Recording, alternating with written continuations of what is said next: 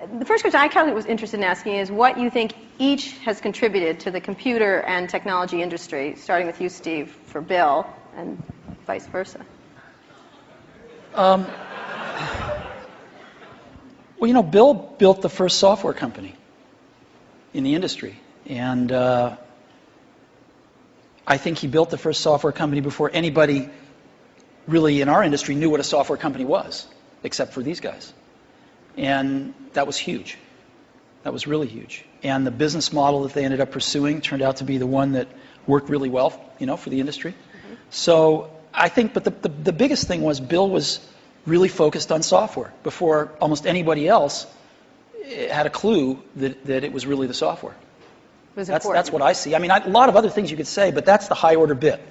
And I think building a company is really hard, and it requires your greatest persuasive abilities to hire the best people you can and keep them at your company and keep them working, you know, doing the best work of their lives, hopefully. And Bill's been able to stay with it for all these years. So, Bill, how about the contribution of Steve and Apple? Well, first I want to clarify, I'm not fake Steve Jobs.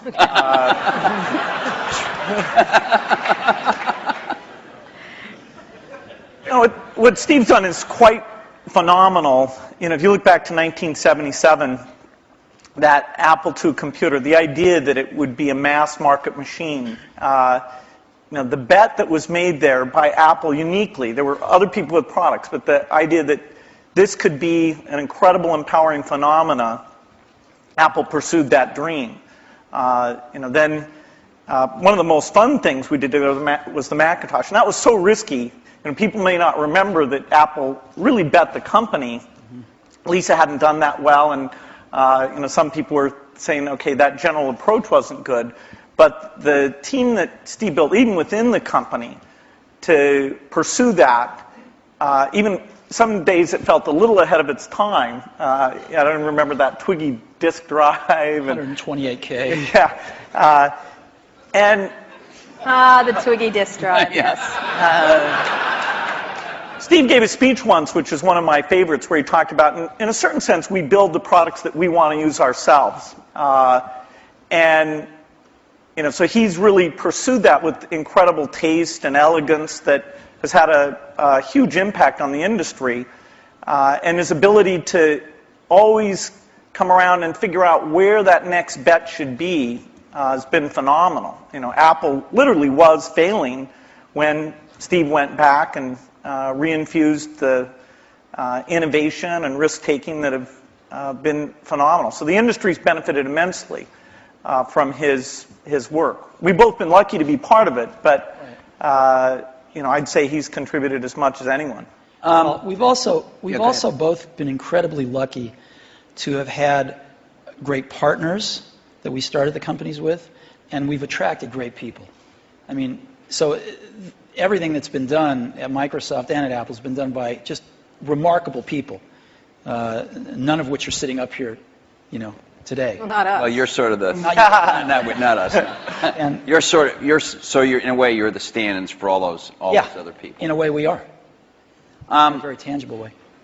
So Bill mentioned the Apple II in 1977 and 30 years ago, and there were a couple of other computers with which were aimed at the idea that average people might be able to use them. And looking back on it, a really average person might not have been able to use them by today's standards, but it certainly broadened the base of who could use computers. I actually looked at an Apple ad from 1978. It was a print ad that shows you how ancient it was, and it said thousands of people have discovered the Apple computer. Thousands of people, and it also said, you don't want to buy one of these computers where you put a cartridge in. I think that was a reference to one of the Atari or something. I don't know. You want a computer you can write your own programs on. And so the world, and obviously people we had some very strange ads back then. We had one where it was in a kitchen, and there was a woman that looked like the wife, And she was typing in recipes on the computer with the husband looking on approvingly in the back. Most people, some people here, but I don't think most people know that there was actually some Microsoft software in that Apple II computer. Do you want to talk about what happened there, or how that occurred? Yeah, there'd been the Altair and a few other companies, actually about 24, that had done various machines. But the 77 group included the PET, TRS-80, Commodore. and Commodore PET, TRS-80, and the Apple II. The original Apple II BASIC, the integer BASIC, we had nothing to do with.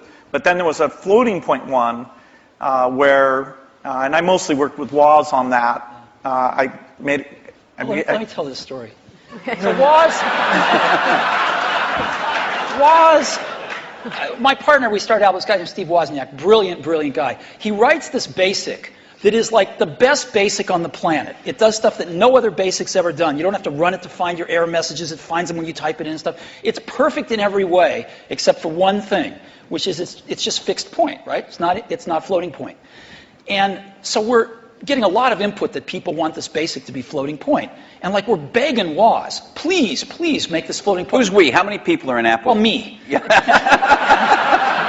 begging Woz to make this floating point, and he just never does it, And he wrote it by hand on paper. I mean, he didn't have an assembler or anything to write it with. It was all just written on paper, and he'd type it in. He just never got around to making a floating point. Why? Well, this is one of the mysteries of life. I don't know, but he never did.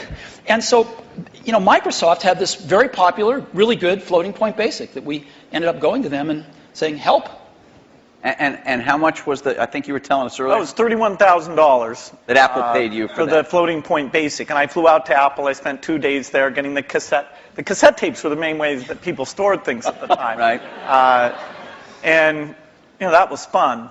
I think the most fun is later when we worked together.